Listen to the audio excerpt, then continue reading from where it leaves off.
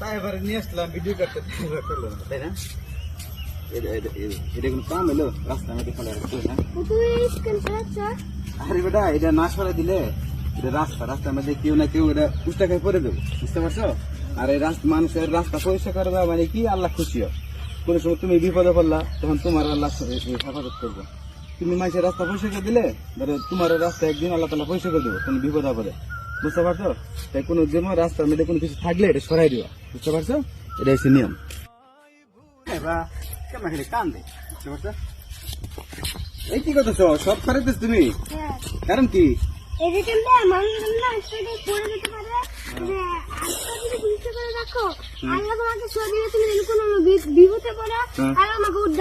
আচ্ছা দেখো, আমি একদিন ওরা শিখাইছিলাম যা, আজকে ও এটা মনে রাখছে। এটা হচ্ছে শিক্ষা, পরিবারের শিক্ষা। পরিবার থেকে যদি সলিউল রহমানদের ভালো কিছু শিক্ষা দেওয়া হয়, তারা কিন্তু ভবিষ্যতে ভালো কিছু পায়। ঠিক আছে, এটাই আমাদের পরিবারের শিক্ষা হতে পারে। তোমার অনেক অনেক ধন্যবাদ, তুমি এটা জিনিসটা মনে রাখছো।